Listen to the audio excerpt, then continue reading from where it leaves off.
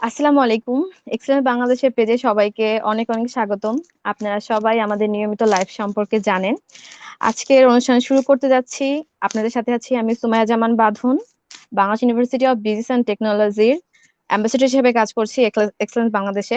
আজকে আমাদের সাথে দুজন অতিথি আছে। অন্যদিনের মতোই আপনারা জানেন আজকের আমাদের টপিক হচ্ছে এইচআর সেক্টর। তাদের দুজনের এইচআর সেক্টরের অবদান যে অতুলনীয় সে সম্বন্ধে কারো জানা নেই। আর এক্সেলেন্স বাংলাদেশের শুভাকাঙ্ক্ষী হিসাবে তাদেরকে আবার অসংখ্য অসংখ্য ধন্যবাদ আমাদের লাইভে জয়েন হওয়ার জন্য। এবং আপনাদেরকে স্বাগতম জানাচ্ছি আমাদের এক্সেলেন্স বাংলাদেশের লাইভ শোতে। থ্যাংক ইউ দুইজন অন্যতম, এবং আমরা সবাই আপনাদেরকে স্বাগতম জানাই। এবং আপনাদের দুইজনের আমাদের প্রথম যে অতিথি আছে, আমি অতিথিদের নাম মেনশন করতে চাচ্ছি। Siyaduddin Chowdhury Rubel, manager HR, Abdul Monem Ltd, founder and co HR perception. এবং আমাদের সাথে আরো একজন আছেন, H M Al Mamun, general manager HR admin and compliance Matador group. আপনাদের দুইজনকে অনেক অনেক স্বাগতম স্যার। Thank you. স্যার, আপনাদের দুইজনকেই আমরা পেয়েছি আমাদের মধ্যে, এটার জন্য আপনাদেরকে অনেক ধন্যবাদ জানাচ্ছি। আর আপনাদের সবাই জানেন প্রতিদিন লাইভের মতো আজকে আমরা এইচআর সেক্টর নিয়ে কাজ করব, সেজন্য আমাদের এইচআর সেক্টরের অন্যতম দুইজনকে আমাদের মধ্যে উপস্থিত হয়েছেন। আমি প্রথমেই চলে যাচ্ছি শিয়া স্যারের কাছে। স্যার, প্রফেশনাল আলোচনায় অবশ্যই আসবো, তার আগে যদি আপনি আপনার জীবনের জার্নিটা বা আপনার শুরুটা সম্বন্ধে যদি আমাদেরকে একটু বলতেন। আচ্ছা, থ্যাংক ইউ বাঁধন। থ্যাংক ইউ এক্সেলেন্স বাংলাদেশকে আজকে এই লাইভে আমাকে এবং মামুন ভাইকে একসাথে কানেক্ট করার জন্য। আমরা প্রফেশনালি একই ট্র্যাকের মানুষ, এইচআর প্রফেশনাল। তো হয়তো সবসময় কথাবার্তা হয় না, একে অপরকে দেখি জানি। তো আজকে এখানে এক্সেলেন্স বাংলাদেশের কথা বলতে গেলে আসলে কি বলবো, এত সুন্দর একটা প্রতিষ্ঠান, প্রত্যেকের কাজ এত ভালো হচ্ছে। So you guys are doing very well. Abrar অনেক ভালো করছে, রিয়াজ অনেক ভালো করছে। এনিওয়ে, তো যেটা হচ্ছে, শুরুটা তো আসলে একদম মানে এন্ট্রি লেভেল থেকে। আমি আহ, বাংলাদেশের একটা স্বনামধন্য লোকাল কোম্পানিতে আমি অফিসার এইচআর হিসেবে কাজ শুরু করি 10 years ব্যাক। তো আমার ওভারঅল জার্নিটা আসলে এইচআর এ। তো এরপর গুটি গুটি পায়ে গিয়ে চলা, একটা জবের ম্যাচুরিটি পাবার পরে, একটা জব ম্যাচিউরড হওয়ার পরে দেন জব সুইচ করা, আর একটা জবে যাওয়া। এবং একটা সময় মনে হলো যে না, জবের পাশাপাশি আহ একটু অন্যভাবে নিজে কিছু করব আলাদা করে। হ্যাঁ, উদ্যোক্তা হবার খুব ইচ্ছা ছিল অনেক আর্লি লাইফ থেকে, স্টুডেন্ট লাইফ থেকেই। তো তারপর যেটা করলাম, আমি এইচআর পারসেপশনটাকে ফর্ম করলাম, totally career development consultancy firm, যেটা অনেক ধরনের সার্ভিস আমরা দিচ্ছি। তো সেই থেকে এই পর্যন্ত আসছি, এখনো আমি সার্ভিসের সাথেও আছি এবং আমার অন্টারপ্রেনিউরাল জার্নিটা আল্লাহর রহমতে সেই 2015 সাল থেকে চলছে। এখন এইচআর পারসেপশনটাকেও একটা লেভেলে নিয়ে আসছি আপনাদের সবার দোয়ায়। সো এই হচ্ছে এখন পর্যন্ত আমার সেই শুরু থেকে এখন পর্যন্ত আর কি। শুরুটা ওই একদম এন্ট্রি লেভেল থেকে। Thank you so much sir, আপনি অনেক সুন্দর করে আপনার বর্ণনা করলেন। এবার আমরা মামুন স্যারের কাছে যাব। স্যার, আপনি যদি আপনার জীবনের বা ক্যারিয়ারের শুরুটা সম্বন্ধে কিছু বলতেন। Thank you. থ্যাংক ইউ বাদন। ধন্যবাদ এক্সিলেন্স বাংলাদেশকে আজকে ফেসবুক লাইভে আমাকে আমন্ত্রণ জানানোর জন্য।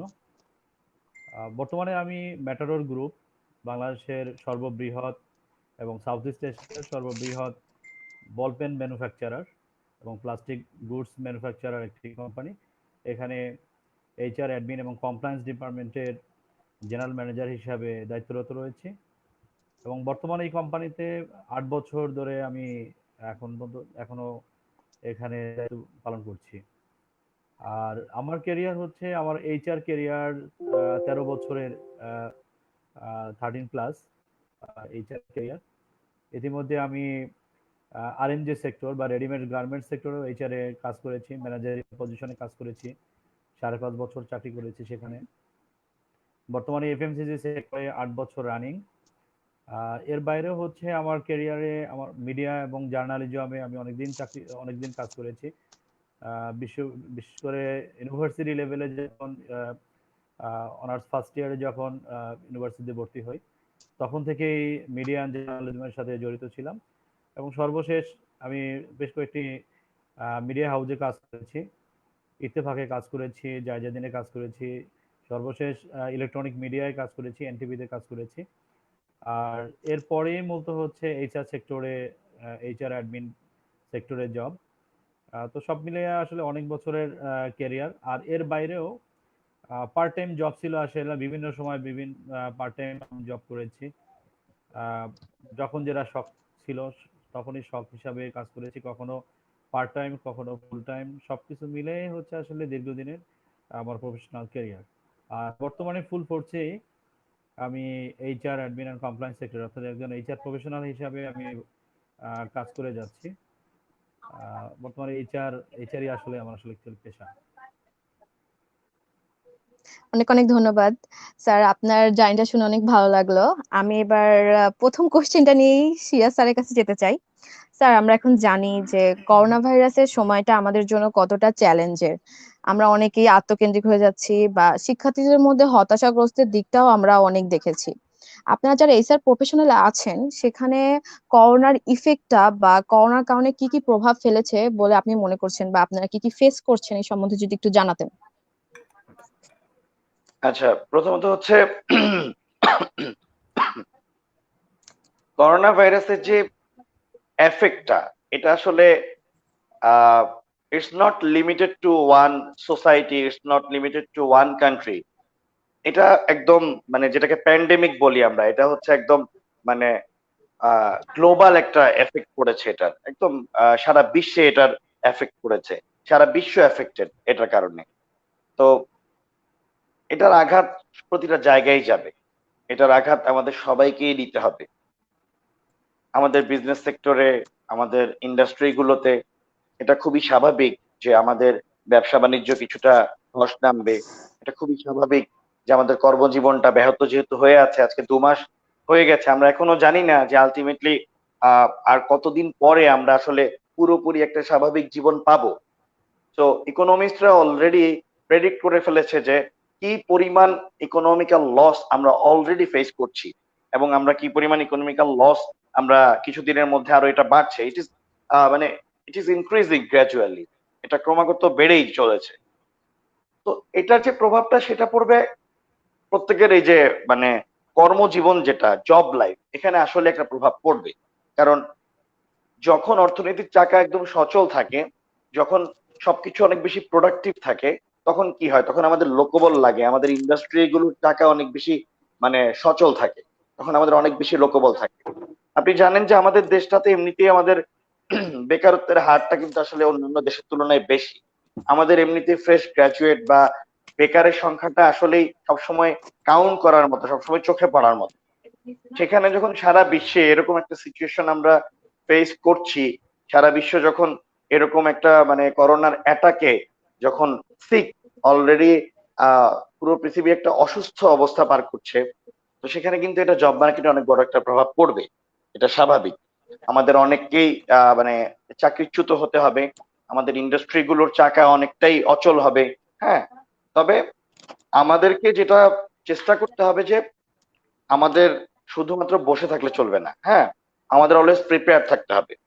আমাদেরকে always we have to find out the second plan, we have to find out the second source of doing something, second source of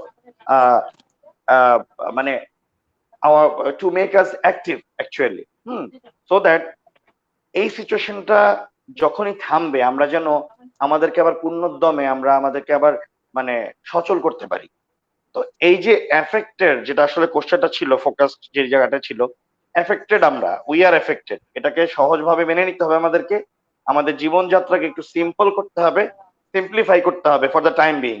আমাদের লাক্সারিটাকে একটু ছেড়ে দিতে হবে, কারণ এখন আসলেই আমরা চাকরিচ্যুত হব, আমাদের চাকরি যাবে, আমাদের স্যালারির পোর্শনটা কমে আসবে। হ্যাঁ, কারণ যেখানে ইন্ডাস্ট্রির চাকা সচল না, যেখানে কোম্পানিগুলো তারা আর্ন করতে পারছে না, সেখানে কিন্তু এমপ্লয়ীদের কোম্পানি বাঁচিয়ে রাখতে পারবে না প্রপারলি। তো এটা একটা প্যান্ডেমিক সিচুয়েশন, এটা সবাই এফেক্টেড।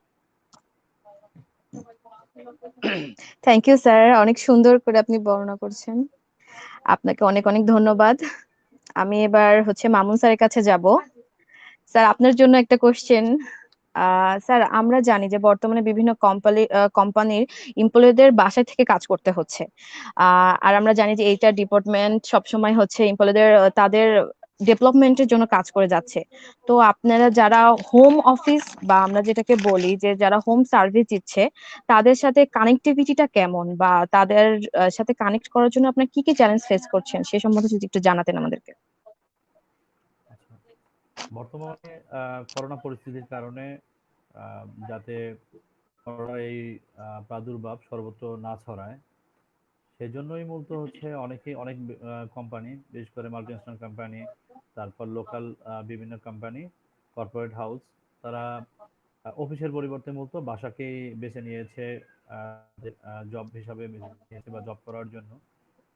তো অফিসে নিয়মিত রুটিন মাফিক যে ডিউটিটা চলে, 9টা 5টা অথবা 10টা 5টা, 9টা 6টা, যেভাবে ডিউটি চলে, তো এর বাইরে বর্তমানে আহ, অফিসের পরিবর্তে বাসায় আসলে বাসায় সব কাজ হয়তো হচ্ছে না, কিন্তু নিয়মিত কিছু কাজ থাকে যে টাস্কগুলো খুবই জরুরি এবং সেই টাস্ক তাদের সম্পন্ন করতে হয়, টাইমলি সম্পন্ন করতে হয়। এখন বাসায় বসে যারা কাজ করছে, তাদেরকে আসলে টাইম বা রুটিন মাফিক আসলে কাজগুলো সম্পন্ন করতে হচ্ছে। ফ্যামিলির পাশাপাশি তারা আসলে অফিসের যে টাস্ক, অফিসের অ্যাসাইনমেন্ট অথবা অফিসের রেগুলার যে কাজ, সেগুলো সম্পন্ন করছে। তো বর্তমান পরিস্থিতিতে আহ, যারা বাসায় বসে কাজ করছে তাদের তো রিস্ক অনেকটাই কমে গেছে, কিন্তু তারপরও যারা এমপ্লয়ি বা বিভিন্ন লেভেলে যারা জব করে, তাদের আসলে বিভিন্ন নিত্যপ্রয়োজনীয় বিভিন্ন কারণে হয়তো বাইরে যেতে হচ্ছে। তারপরেও তুলনামূলক অফিসে বা বাসায় কাজ করার কারণে তাদের সেফটিটা হচ্ছে। আর বাসায় কাজ করার মতো বা হোম অফিস যেটা আছে, হোম অফিসে কাজ করার সুবিধা আছে। তো বিশেষ করে যাদের ফিল্ড লেভেলে কাজ করতে হয় না, যাদের ফ্লোর লেভেলে কাজ করতে হয় না, তারা চাইলে তারা বাসায় বসে অনেক ধরনের কাজ করতে পারে। এখন জুমের মাধ্যমে অথবা বিভিন্ন অনলাইন সিস্টেমে তারা বিভিন্ন মিটিং শেষ করছে, অপারেশন মিটিং করছে, প্ল্যানিং মিটিং সম্পন্ন করতে পারছে, বিভিন্ন ট্রেনিং হচ্ছে। এবং এই এখন করোনা পরিস্থিতিতে যারাই বাসায় অবস্থান করছে, তারা চাইলে যদি সুযোগটা নিতে চায়, তাহলে বিভিন্ন ক্যারিয়ার ডেভেলপমেন্টের জন্য তারা তাদের বিভিন্ন ট্রেনিং বা লার্নিং সেশনগুলো সম্পন্ন করতে পারছে। পাশাপাশি আরেকটা খুব গুরুত্বপূর্ণ বিষয়, বাসায় থাকার কারণে তারা যেমন ফ্যামিলির সাথে একটা ভালো সময় পাস করছে, ফ্যামিলিকে সময় দিতে পারছে, সাথে সাথে হচ্ছে অফিসের যে কাজটা তারাও কিন্তু আসলে এক্ষেত্রে কিন্তু আসলে হেলাফেলা হচ্ছে না। অফিসের সময়ও আসলে ঠিক মনোযোগী হচ্ছে, অফিসের কাজের ব্যাপারে মনোযোগী হচ্ছে, এবং অফিসের কাজটাও আসলে তখন টাইমের মধ্যে আসলে বন্দি থাকছে না। যেমন অফিসে 9টা থেকে 5টা যে সময়টা আছে, 5টা বেজে গেছে অথবা পৌনে 5টা বেজে গেছে অথবা সাড়ে 5টা বেজে গেছে, অনেকেই বাসায় যাওয়ার জন্য তখন থাকে। কিন্তু এখন যদি কোনো একটা অ্যাসাইনমেন্ট থাকে অথবা কোনো একটা নির্ধারিত কাজ থাকে, সেই কাজটা সম্পূর্ণ করার জন্য আসলে বাসায় বসে সে তার কোনো টাইম নেই। বাসায় তার তার যখন খুশি সে সম্পন্ন করতে পারছে। আরো একটা বিষয় হচ্ছে, যারা হোম অফিস করছেন, তাদের অনেকের ভিতরে যারা একটা নতুন ধরনের একটা কালচার তৈরি হয়েছে। বিশেষ করে বাসায় থাকলে যে আমি আমাদের অনলাইন যে মিটিং গুলা, আমি কোনো কারণে যে লেট করব অথবা করব, এই ধরনের কোনো অপশন থাকছে না। অনেক মাল্টিন্যাশনাল কোম্পানি, অনেক কর্পোরেট হাউস বা বিভিন্ন প্রতিষ্ঠান, তারা রেগুলারই তাদের মিটিং সম্পন্ন করছে, প্ল্যানিং মিটিং থেকে শুরু করে বিভিন্ন ধরনের মিটিং তারা সম্পন্ন করছে। এবং এইসব মিটিং এ দেখা যায়, যদি 10টায় মিটিং থাকে, অনেকেই 15টা 10টা বাজার আগেই হচ্ছে তারা নির্ধারিত মিটিং স্থলে উপস্থিত হচ্ছে এবং জুমের সামনে উপস্থিত হচ্ছে, জুমে জয়েন করছে। তো এটা একটা ভালো একটা দিক যে তারা নতুন একটা ডিসিপ্লিনও আসলে তৈরি হয়ে যাচ্ছে। অফিসে থাকলেই যে আসলে সব ডিসিপ্লিন হবে, অফিসের বাইরে যে ডিসিপ্লিন থাকবে না, এটা আসলে না। এখন আসলে নতুন সিস্টেমে নতুন আর টেকনোলজির সাথেও আসলে সবাই এখন অনেক অনেক পরিচিত হয়ে যাচ্ছে এই মুহূর্তে। কোভিড-19 এর কারণে সবাই টেকনোলজি ব্যবহারটা অনেক শিখছে। অন্যান্য সময় ততটা প্রয়োজন হয় না, কিন্তু এখন অনলাইন মিটিং বা ট্রেনিং বা আদার্স অন্যান্য পারপাস, টেকনোলজির আসলে ব্যবহারটা অনেক অনেক হচ্ছে। তো সব মিলে হচ্ছে যারাই হোম অফিস করছেন তাদের জন্য আসলে অপরচুনিটি আসলে অনেক আছে, এবং স্মুথ ভাবে তাদের পড়াশোনা সম্পন্ন করতে পারছেন। Thank you. Thank you Mamun sir, অনেক সুন্দর করে বর্ণনা করলেন বিষয়গুলো। সত্যি অনেক বেশি সমস্যার যে হোম অফিস করেও হয়তো বা অনেকে অনেকটা শান্তিতে থাকতে পারছে এখন, বাট আমরা যে করোনা ভাইরাসকে যেভাবে মোকাবেলা করা দরকার বাংলাদেশে এখনো সেক্ষেত্রে একটু পিছিয়ে। আমরা সবাই দোয়া করব ইনশাল্লাহ খুব তাড়াতাড়ি আমরা আমাদের দেশ এটার সাথে মোকাবেলা করতে পারবে। আবার একটু সিরাজ স্যারের কাছে যাব। স্যার, করোনার কারণে আমরা সবাই বাসায় থাকছি। আমরা, আপনি যদি শিক্ষার্থীর ক্ষেত্রে বলতেন যে কোন কোন স্কিলের উপর একটু বেশি জোর দিব আমরা, বা কোন স্কিল গুলা এখন শিক্ষার্থীদের জন্য ভবিষ্যতে আগানোর জন্য অনেক বেশি হেল্পফুল করবে। আচ্ছা, যারা এখন রানিং স্টুডেন্ট বা ফ্রেশার তাদের জন্য সর্বপ্রথম ওই যে মামুন ভাই একটু আগে কিন্তু পয়েন্ট আউট করেছে যে এই যে কোভিড-19 এর কারণে কি হচ্ছে, জি জি। টেকনোলজিক্যালি সবাই একটু অ্যাডভান্সড হচ্ছে। হুম, টেকনোলজিক্যালি সবাই মানে অ্যাকনোলেজড হচ্ছে, টেকনোলজিটাকে আর একটু আমরা আপন করে নিচ্ছি, আমরা শিখছি। তো আমাদের যুগটা এমনিতেই হচ্ছে আইটিসি যুগ। হ্যাঁ, আমরা আইটি ওরিয়েন্টেড কাজ করি এখন বেশি। আমাদের সবকিছুতে হচ্ছে একটা আইটি টাচ আছে। হুম, আমাদের কম্পিউটার আইটিসির হ্যাঁ একটা টাচ আছে সবকিছুতে। এখন যারা শিক্ষার্থী বা যারা এখন ফ্রেশার, তাদের সর্বপ্রথম কি করতে হবে? তাদের সর্বপ্রথম আপনি যদি একটা স্মার্টফোন ইউজ করেন, you have to know everything about this smartphone. আমি অনেকের ইন্টারভিউ নেওয়ার সময় বা অনেকের সাথে কথা বলার সময় আমি জিজ্ঞেস করি যে আচ্ছা, আপনি যে ফোনটা ইউজ করেন এটার স্পেসিফিকেশনটা কি একটু বলেন দেখি, এই ফোনটার ওভারঅল ডিটেলটা বলেন আমাকে।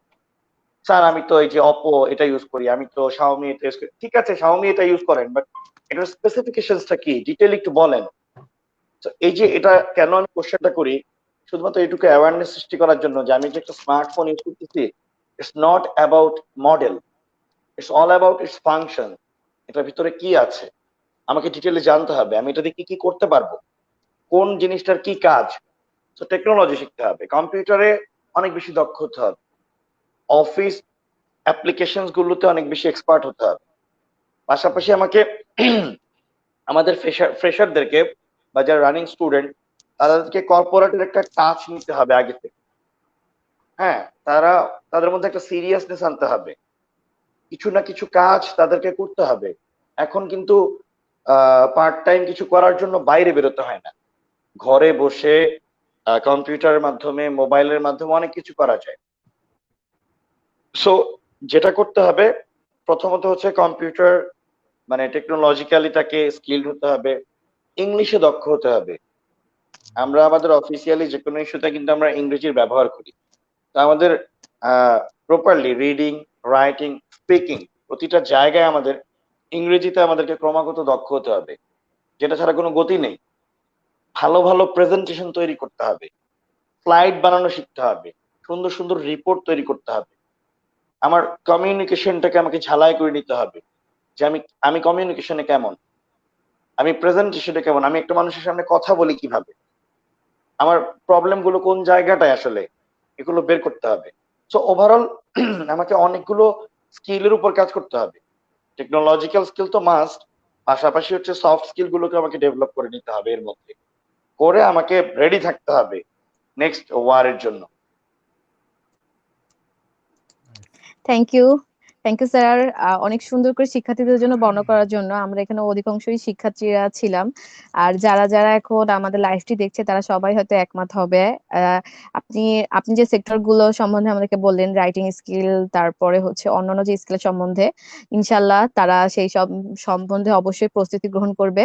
আমি এবার একটু মামুন স্যারের কাছে যাব। স্যার, এইচআর ডিপার্টমেন্টে যদি কেউ হচ্ছে তার ক্যারিয়ার গড়তে চায় বা হচ্ছে এইচআর কে তার প্রফেশন হিসেবে নিতে চায়, তাহলে তার মধ্যে কি কি স্কিল, বা এখন থেকে যারা শিক্ষার্থীরা আছেন তারা তার ভিতরে কোন স্কিলটা বা বিশেষ কোন স্কিলের উপর কি তার জোর দিতে হবে, সে সম্বন্ধে যদি একটু জানাতেন।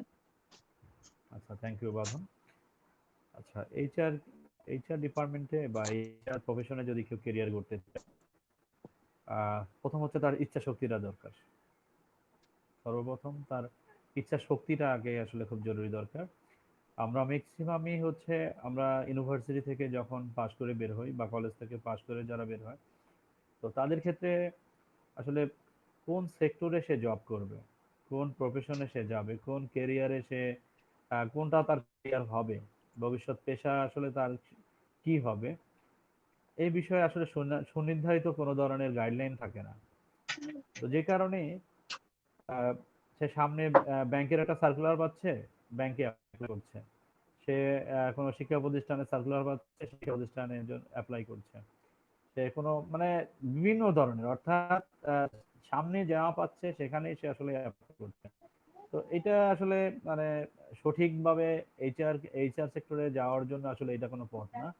মূলত হচ্ছে যদি কেউ এইচআর সেক্টরে জব করতে চায়, তাহলে তার আগে সর্বপ্রথম হচ্ছে সে আগে মনস্থির করতে হবে যে হ্যাঁ, আমি আমার জবটা হবে বা আমার ক্যারিয়ারটা আমি এইচআর সেক্টরে করব।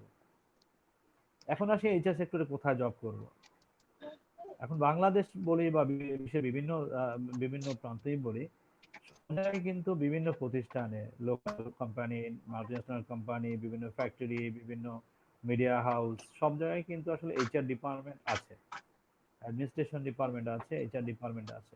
তার মানে হচ্ছে আমাকে আইডেন্টিফাই করতে হবে যে আসলে আমার জবটা আসলে কোথায় করতে চাই, বা আমার জবটা কোন সেক্টরে করতে চাই। আমি যখন ফাইনালি ই হবো যে আমি এইচআর সেক্টরেই আমরা আসলে করতে চাই, তখন হচ্ছে যে এইচআর সেক্টরে জব করব, আসলে কোথায় কোন দিকে যাব, আসলে এইচআর প্রফেশনে যাব কিন্তু কোন সেক্টরে আমি জব করব।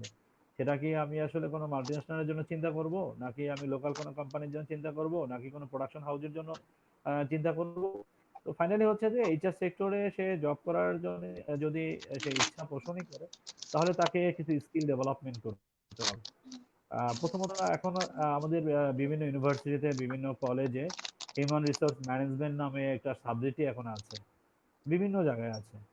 আবার আহ, যারা প্রফেশনাল হয়ে যায় তাদের জন্য আসলে প্রফেশনাল ইয়ে আছে, কোর্স আছে। যেমন হচ্ছে এক্সিকিউটিভ এমবিএ এর মতোই আসলে প্রফেশনালদের জন্য হিউম্যান রিসোর্সের উপরে এক্সিকিউটিভ হিউম্যান রিসোর্স ম্যানেজমেন্ট আছে। তো যারা এইচআরে করবে, তারা প্রথম যদি এই নিজের সাবজেক্টটা যদি এইচআর এর উপর হয়, তো তার জন্য আসলে একটা প্রিফারেন্স থাকে, সবসময় এটা প্রিফারেন্স থাকে। আচ্ছা, যাদের সাবজেক্ট আসলে এইচআর এর না, তাদের জন্য কি আসলে অপশন নাই? অবশ্যই তাদের জন্য অপশন আছে। বিভিন্ন সাবজেক্টে পড়া করেও তারা এইচআর প্রফেশনে যেতে পারবে। তবে এইচআর প্রফেশনে যাওয়ার জন্য এইচআর এর উপরে তার বেসিক কিছু নলেজ থাকা খুবই জরুরি। হিউম্যান রিসোর্স ম্যানেজমেন্ট অর্থাৎ মানব সম্পদ ব্যবস্থাপনা, অনেক ম্যানেজমেন্ট ডিপার্টমেন্ট অথবা ব্যবস্থাপনা ডিপার্টমেন্ট সেখান থেকে আসছে, তারা মনে করে যে আমরাই ব্যবস্থাপনা সবচেয়ে ভালো পারবো। তাহলে যারা মার্কেটিং এ পড়ে, সে কি আসলে ব্যবস্থাপনা পারবে না?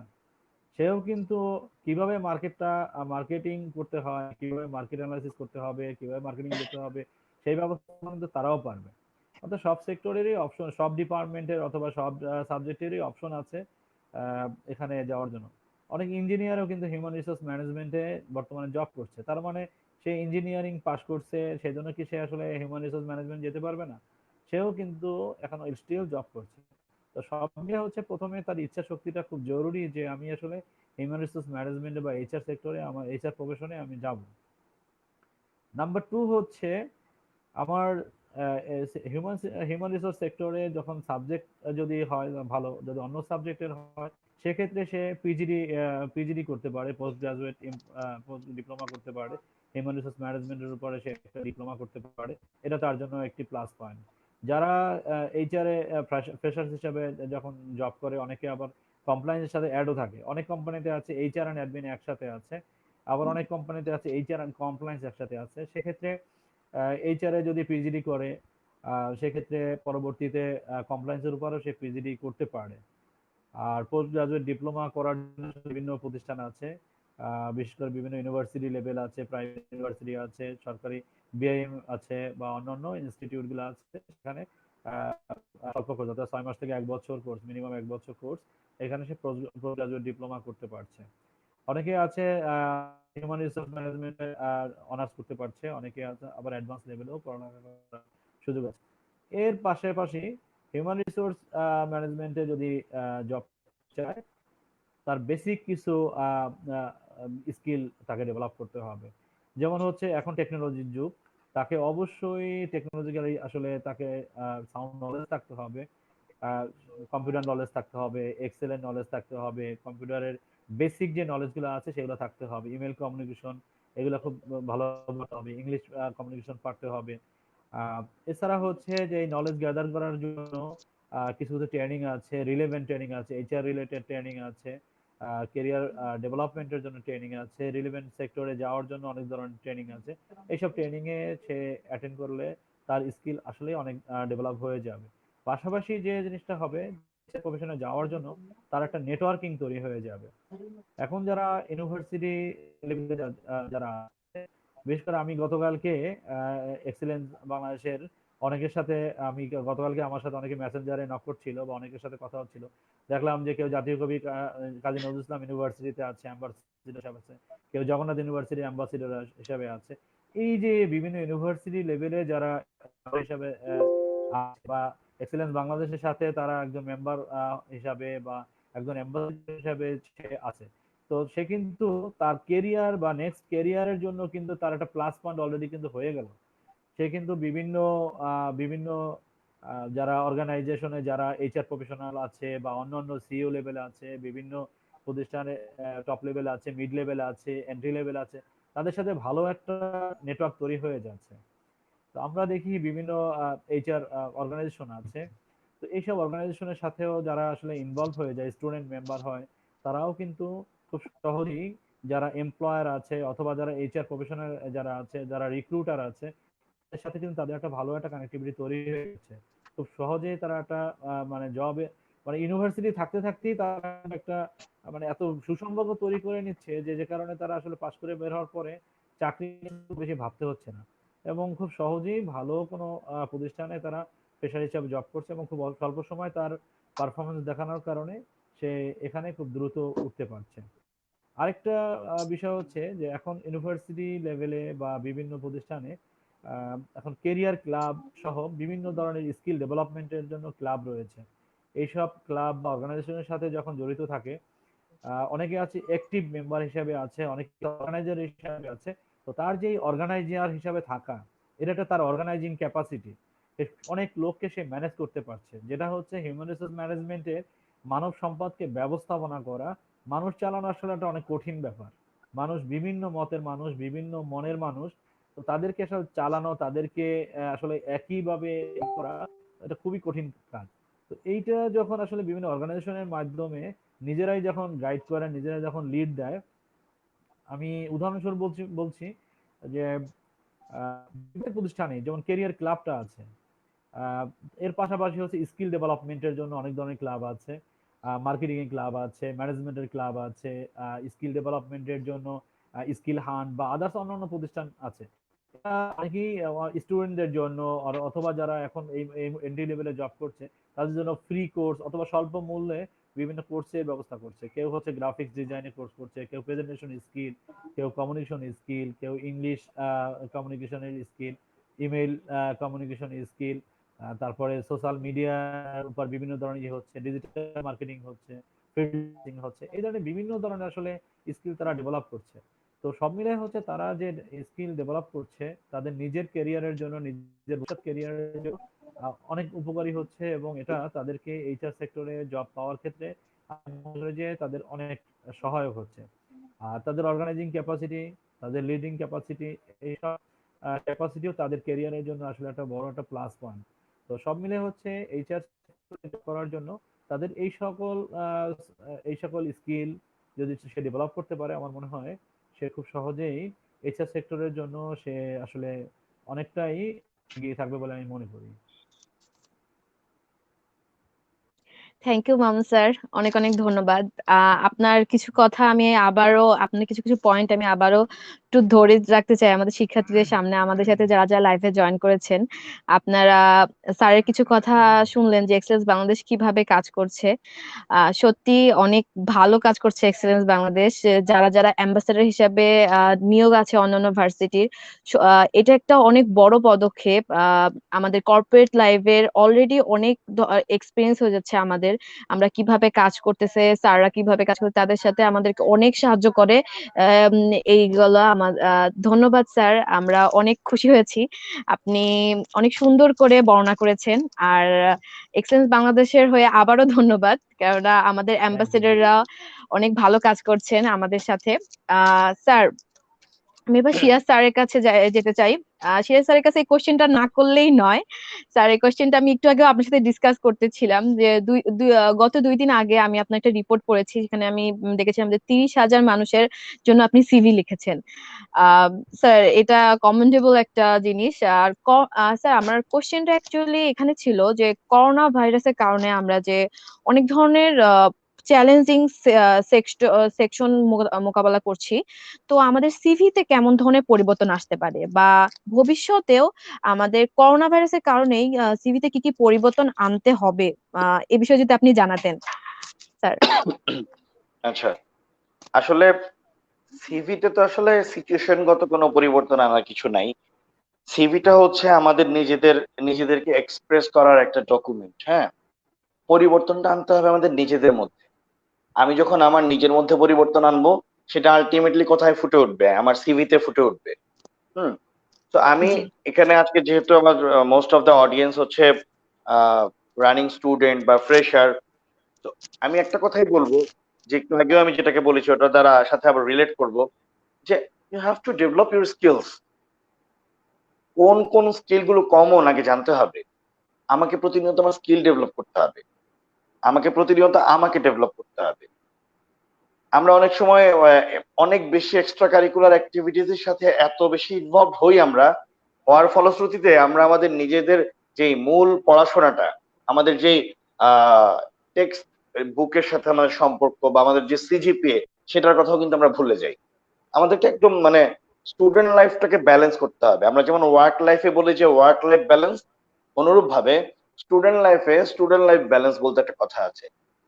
আপনাদের পড়াশোনার পাশাপাশি আপনি যদি কোনো পার্ট টাইম জব করেন সেটা, এর পাশাপাশি আপনি যদি ইউনিভার্সিটিতে কোনো ক্লাবের সাথে আপনার সম্পর্ক থাকে, সেটা থাকাটা অনেক বেশি গুরুত্বপূর্ণ। ক্লাবিং এর সাথে মানে জড়িয়ে থাকাটা অনেক ভালো, এটা অনেক কাজে দেয় এক্সট্রা কারিকুলার অ্যাক্টিভিটিস গুলো। সো আপনি যা যা করবেন আপনার স্টুডেন্ট লাইফে, প্রতিটা জিনিসকে কি করতে হবে? আপনাকে ব্যালেন্স করতে হবে। তো এই সবকিছু কি হবে? আপনার সিভিতে ফুটে উঠবে। আমাদের সিভি গুলোকে আরো রিচ করতে হবে, আরো ভারী করতে হবে, আমাদেরকে আরো সুন্দরভাবে সিভির উপর জোর দিতে হবে। এখন সিভির ব্যাপারে আমি খুবই প্যাশনেট। কেন প্যাশনেট? আমি আজকে প্রায় 10 বছর যাবত যেহেতু রিক্রুটমেন্টের সাথে কাজ করি বা করে আসছি, হ্যাঁ, তো মানে প্রচুর ইন্টারভিউর সাথে ছিলাম আল্লাহর রহমতে। আমার একটা জিনিস খুব সমস্যা লাগে, যে আমি দেখি যে আমাদের দেশে আমরা সিভির প্রতি অনেক বেশি মানে খেয়ালি, আমরা অনেক বেশি খামখেয়ালি করি। সেই ডকুমেন্টটা আমাকে মানে রিপ্রেজেন্ট করে, আমাকে প্রেজেন্ট করে আমার এমপ্লয়ারের কাছে, আমার রিক্রুটারের কাছে, আমরা সেই ডকুমেন্টটা নিয়ে আমরা অনেক বেশি করি তুচ্ছতাচ্ছিল্য করি, অবহেলা করি। আমরা যাচ্ছে তাই ভাবে গুগল থেকে একদম কপি করে পেস্ট করে বসি। আমাকে আমার সম্পর্কে লিখতে হবে এভরিথিং, আমার সব র ডাটা থাকবে সেখানে। তো সিভি কে মানে ভারী করার মানে হচ্ছে আমাকে ভারী করতে হবে। In a word, in a sentence, আমরা সবাই আমাদের নিজেদেরকে ডেভেলপ করার জন্য কাজ করব। শুধুমাত্র আমি ক্লাবিং করব, শুধুমাত্র আমি স্কিল ডেভেলপ করব, এভাবে না। আমাকে ওভারঅল, আমি একটা প্যাকেজ, আমি ওভারঅল হচ্ছে একটা প্যাকেজ। আমার পড়াশোনা, আমার কোর স্টাডি যেটা, আমার স্কিলস গুলো, আমার টেকনোলজিক্যাল স্কিলস, আমার টেকনিক্যাল স্কিলস, আমার সফট স্কিলস, আমার এক্সট্রা কারিকুলার অ্যাক্টিভিটিস, আমার টুকটাক পার্ট টাইম জব, এই সব কিছু মিলিয়ে হচ্ছে আমি, আমার ল্যাঙ্গুয়েজ। আরে আমরা শুধু যে যাই বলি, আমরা করি কি শুধু ইংলিশের কথা বলি। আমাদের মধ্যে বাংলাই তো সবার আগে সমস্যা। আপনাকে আমাকে আমাদের জি। সবাইকে আগে সাবলীল বাংলা জানতে হবে, সাবলীল বাংলা পড়তে জানতে হবে, বলতে জানতে হবে, লিখতে জানতে হবে। Then you should practice for English, then you should go for English. আগে আমাদেরকে বাংলা শিখতে হবে। সো এই যে ল্যাঙ্গুয়েজ বাংলা এবং ইংলিশ, সেখানে আমাদের দক্ষ হতে হবে। আমাদের শব্দের সুন্দর ব্যবহার আমাদের জানতে হবে। দেন আচার ব্যবহার কমিউনিকেশন আমাদের জানতে হবে। ফ্রেশারদের একটা বড় ভুল থাকে, আমি দেখি যে সোশ্যাল মিডিয়া আর প্রফেশনাল সোশ্যাল মিডিয়ার মধ্যে আমরা অনেক সময় এটা করি কি, মানে ক্রস ম্যাচ করে ফেলি। আমরা এটাকে মানে কেমন জানি একটা মিশ্রণ ঘটিয়ে ফেলি। যেমন লিঙ্কডইনে অনেকে অ্যাকাউন্ট খুলে, তো টুকটাক দেখা যাচ্ছে যে জাস্ট কানেক্টেড হওয়ার পরই এসে, হ্যালো স্যার, আমার সিভিটা রাখেন, আমার জন্য একটা চাকরি হবে স্যার, একটা চাকরি দিবেন স্যার আমাকে। মানে এই যে কমিউনিকেশনের সবচেয়ে রং প্র্যাকটিস, হ্যাঁ, বা এই যে সোশ্যাল মিডিয়া বলি বা প্রফেশনাল সোশ্যাল মিডিয়া বলি, যেটাই বলি না কেন, এইটার একটা অপব্যবহার হচ্ছে এটা। আপনি আগে প্রফেশনালদের সাথে কানেক্টেড হন, you should build a good relationship with them first, then আপনি আস্তে আস্তে আস্তে আস্তে তাদেরকে ফলো করুন, তাদের পোস্টে লাইক দিন, কমেন্ট করুন, তারা কি করছে দেখুন, আপনার ট্র্যাক আপনার ব্যাকগ্রাউন্ডের সাথে ম্যাচ করে, তাদেরকে আপনি বেশি বেশি কানেক্ট করুন। হ্যাঁ, ফেসবুকের আইডি গুলো আমাদের উচিত একটু গোছানো ভাবে রাখা, হ্যাঁ, এমন ভাবে রাখা যেন এটাকে আমরা দেখাতে পারি, এক্সপোজ করতে পারি টু দা আদার পিপল। এটাকে শুধুমাত্র লক করে যেন রাখতে না হয়। আমাদের ডেভেলপ কান্ট্রিতে আপনি যান, কার ফেসবুক লক করা আছে? আমাদের দেশে আমরা ফেসবুকটা এত বাজেভাবে ব্যবহার করি, এটাকে আমাদের লক করে রাখতে হয়।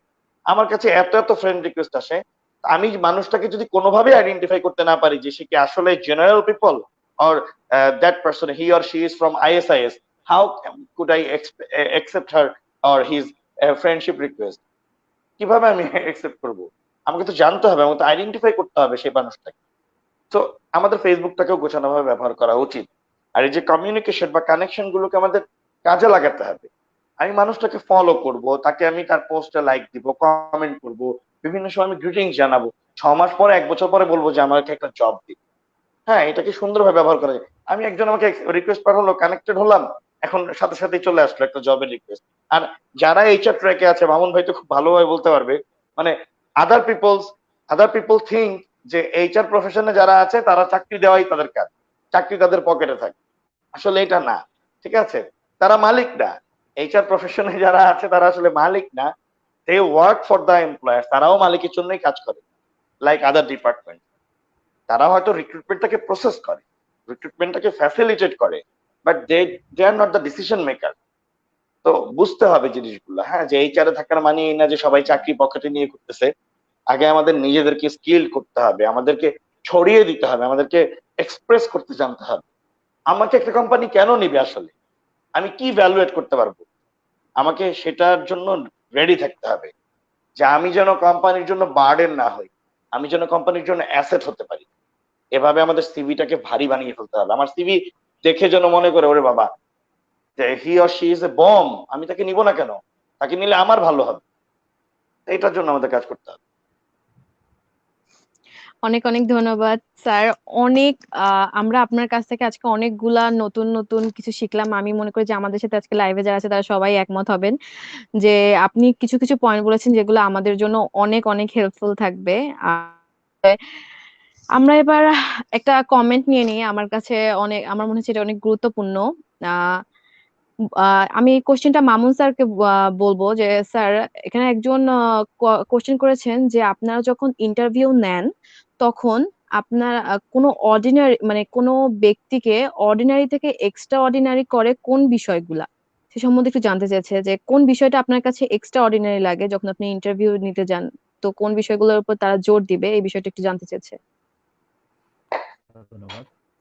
আমরা ইন্টারভিউ যখন আসলে বিভিন্ন পজিশনের জন্য তো আসলে ইন্টারভিউ নেওয়া হয় এবং সেক্টরের জন্য, কখনো ইঞ্জিনিয়ারিং সেক্টরের জন্য ইন্টারভিউ হয়, কখনো এইচআর ডিপার্টমেন্টের জন্য হয়, কখনো মার্কেটিং এর জন্য হয়, কখনো প্রোডাকশনের জন্য হয়।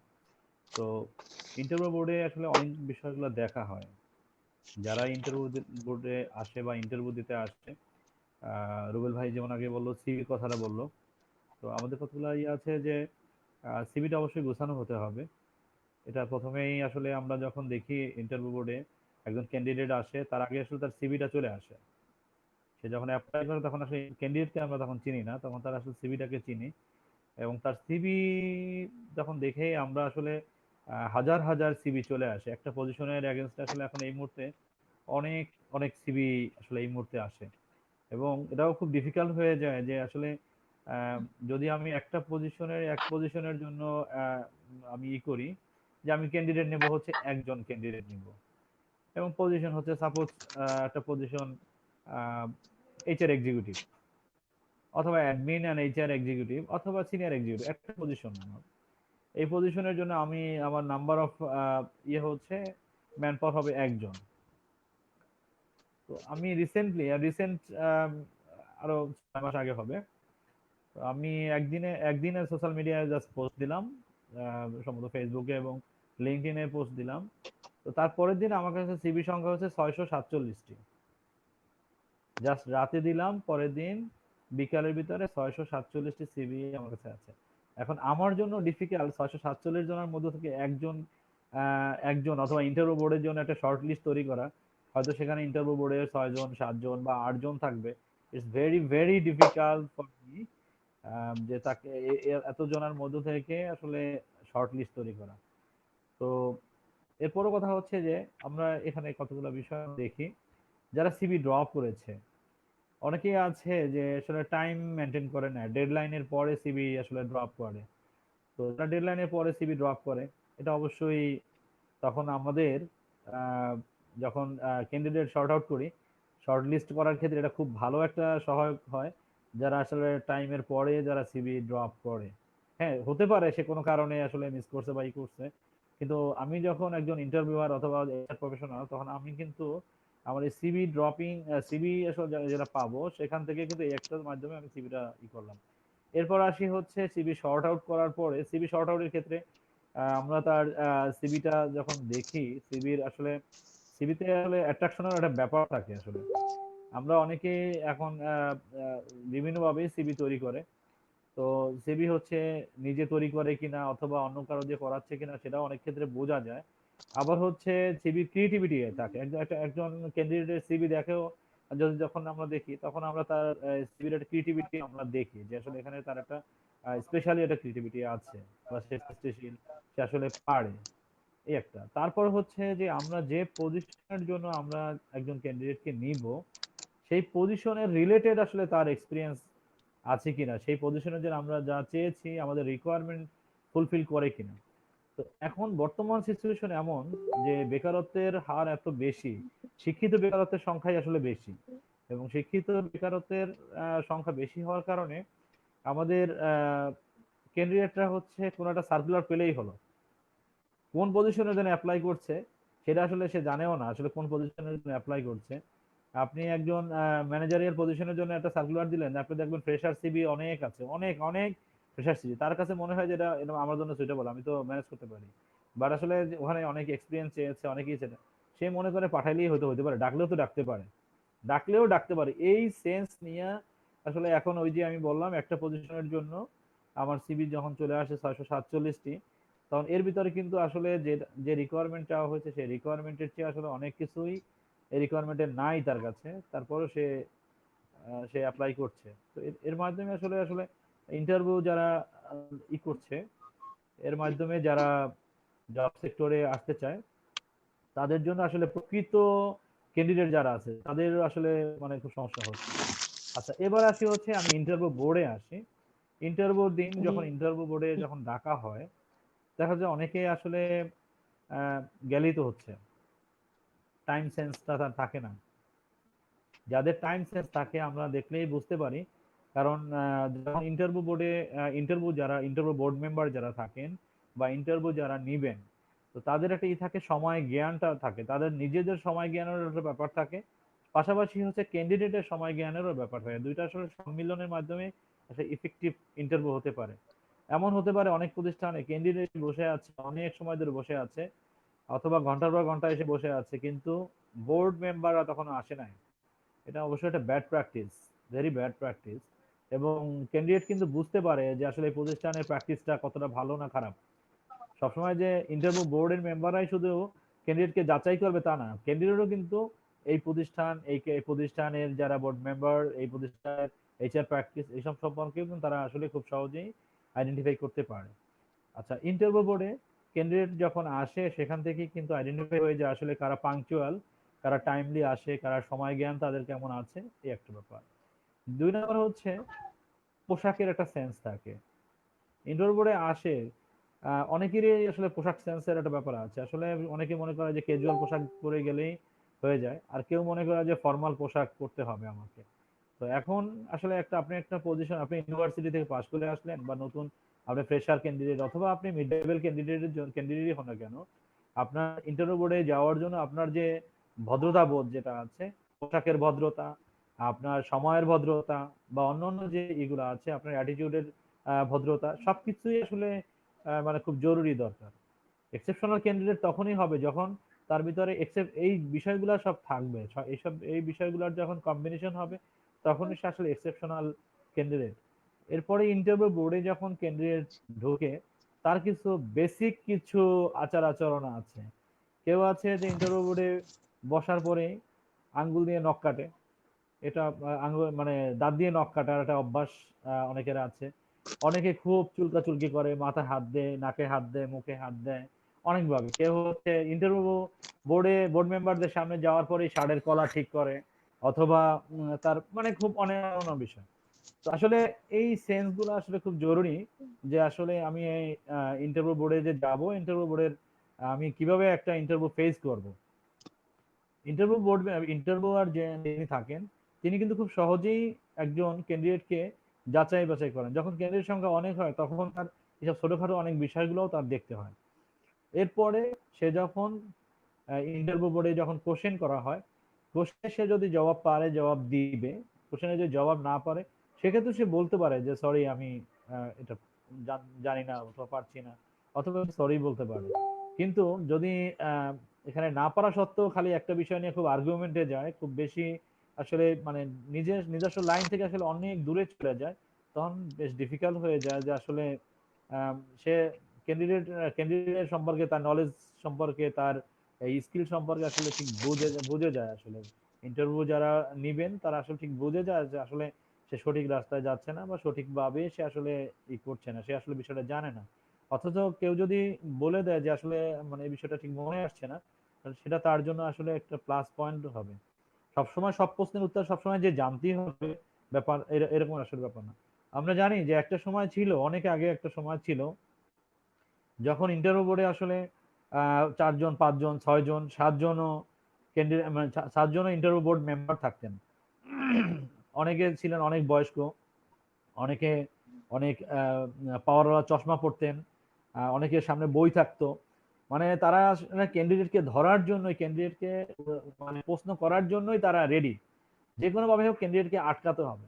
আর এখনকার বর্তমান সিচুয়েশন বা মডার্ন যে ইন্টারভিউ টেকনিক আছে, এগুলো কিন্তু এইরকমের না যে বই নিয়ে আপনি বসে থাকবেন, ক্যান্ডিডেটকে যে কোনো ভাবে হোক নাজেহাল করবেন, যে কোনো ভাবে হোক তাকে ধরতেই হবে, তাকে সব পারতেই হবে। কেন পারো না, তুমি কি পড়ালেখা করে আসছো, তোমাকে কে কি শিখাইছে, এই প্রশ্নগুলো এখন আসে না। এখন হচ্ছে যে ইন্টারভিউ বোর্ডে ক্যান্ডিডেট যখন আসে, ক্যান্ডিডেটকে যত খুব ওখানকার সিচুয়েশনে মানে ফ্রেন্ড টাইপেরই আসলে একটা আচরণ করা হয়, সে যাতে ওই সাথে আসলে অ্যাডজাস্টমেন্ট হতে পারে, এবং সে খুব সহজে যাতে বলতে পারে, এবং বোর্ড মেম্বারও খুব সহজেই বুঝতে পারে যে আসলে সে ফ্রেন্ডলি আচরণের মাধ্যমে কত সহজে সে এই জিনিসটাকে অ্যাডাপ্ট করতে পারে, কত সহজে এটার সাথে আসলে সে ফেভারেবল হয়ে যায়, কত সহজে আসলে অন্যের সাথে খুব মিশতে পারে, এবং সে কত সহজে তাকে একটা সুন্দর এনভায়রনমেন্ট দেওয়ার পরে সে কিভাবে আহ, খুব সহজে তার সঠিক যে অ্যান্সার গুলা, এবং সে আসলে কি জানে সেই নলেজটা তার কাছে বের করে নেওয়ার জন্যই আসলে চেষ্টা চালানো হয়। সবকিছু মিলাই হচ্ছে যে আসলে আম, এখানে এই পরিবেশের সাথে অ্যাডজাস্ট হতে পারবে, যে টাইম সেন্স তার থাকবে, যার সুন্দর একটা সিভি থাকবে, যার সিভিতে হচ্ছে ভুল ত্রুটি মুক্ত থাকবে। একটা সিভি সে সাপোজ মেনটেনেন্স ইঞ্জিনিয়ার নিয়োগ করা হবে, কিন্তু সে আসলে মেকানিক্যাল কোনো বিষয় বা মেনটেনেন্স রিলেটেড কোনো বিষয় তার সিভিতে উল্লেখ নাই, বা এই রিলেভেন্ট তার কোনো এক্সপিরিয়েন্স নাই, এই রিলেটেড তার কোনো এই থাকে না সিভিতে, তো সেক্ষেত্রে কিন্তু সে কিন্তু পারবে না। যে গ্রাফিক ডিজাইনার, তার তো আসলে সিভির ভিতরেই একটা ডিজাইনের ব্যাপার থাকে। এখন তার যদি সিভির ভিতরে যদি কোনো ক্রিয়েটিভিটি না থাকে, তার যদি সিভি যদি আমাদের ফটোকপির দোকান থেকে নিয়ে আসা একটা সিভি যদি হয়, তাহলে কিন্তু সেই সিভিতে তার গ্রাফিক ডিজাইনিং এর কোনো সিভি হলো না, তার ক্রিয়েটিভিটি কিন্তু পাওয়া যাবে না। তো সব মিলিয়ে আসলে যে যে সেক্টরে যেতে চায়, যে যে পজিশনে যেতে চায়, এই পজিশনের জন্য তার সিভিটা আসলে কতটা ডেভেলপ, এটা একটা বিষয় আছে। আর হচ্ছে তার সিভিতে আসলে তথ্য থাকা জরুরি। সে যে পজিশনের জন্য ইন্টারভিউ দিতে আসছে, সে